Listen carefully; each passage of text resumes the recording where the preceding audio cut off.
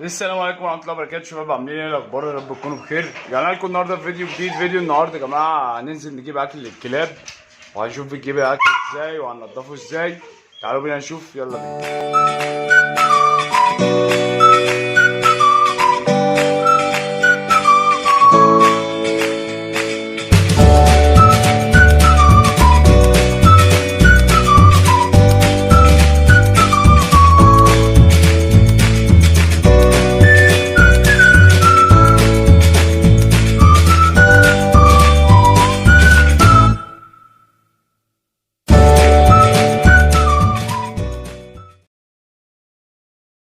ورجعنا لكم تاني يا جماعه بعد ما جبنا الاكل.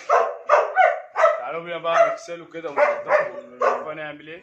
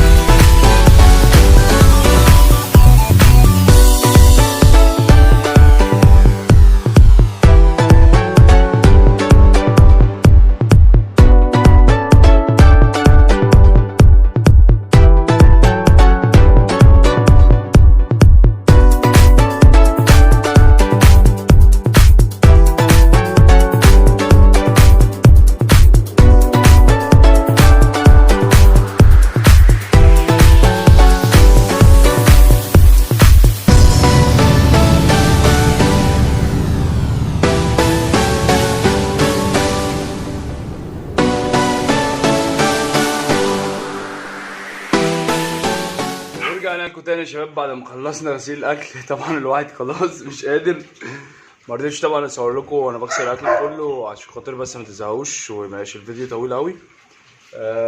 زي ما انتم شايفين كده خلاص خلصنا بقى نبتدي نعبي الاكل في التلاجة. يلا بينا نشوف كده مع بعض، يلا بينا.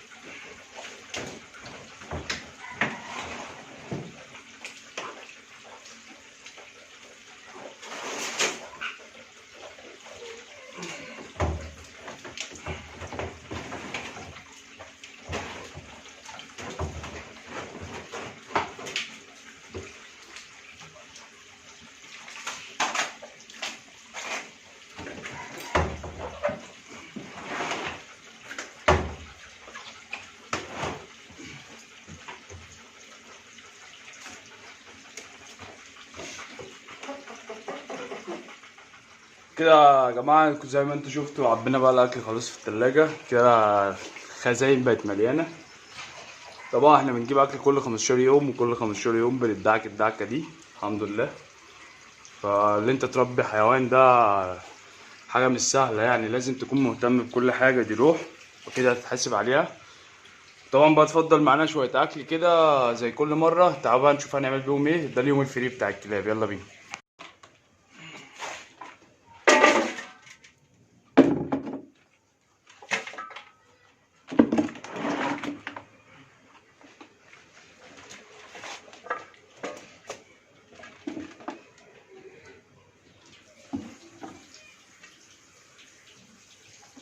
زي ما انتوا شايفين كده يا جماعه، ملينا للكلاب بقى حله اكل كامله، هنسلقها لهم بقى دلوقتي. والنهارده الاكل كله كده من غير جزر من غير اي حاجه، كله رجول بس. يلا بينا. طبعا يا جماعه بالنسبه للناس بقى اللي بيبقى عندها كلب واحد او كلبين وكده وما عندهمش فريزر اللي هم يحطوا فيه الحاجه دي، فبتجيب الاكل على قد كده وبيبقى حبه اكل صغيرين. بتبتدي طبعا تنضفهم عادي وبتبتدي تقسمهم وجبات في اكياس، تمام، بحيث ان انت كل وجبه تبتدي تطلع ايه على قد الوجبه، يعني ما تبقاش مثلا مبهدل لمامتك او والدك الفريزر على الفاضي وكل حاجتك تبقى محدوده، ويا دوبك بس تفتح الفريزر تطلع الكيس بتاع الوجبه تديه للكلاب وخلاص. وبكده يا جماعه نكون خلصنا الفيديو، يا رب يكون عجبكم. وما تنسوش تخشوا تتفرجوا على الفيديو بتاع الجروايه وتبعتوا لنا الانستجرام في الكومنتات.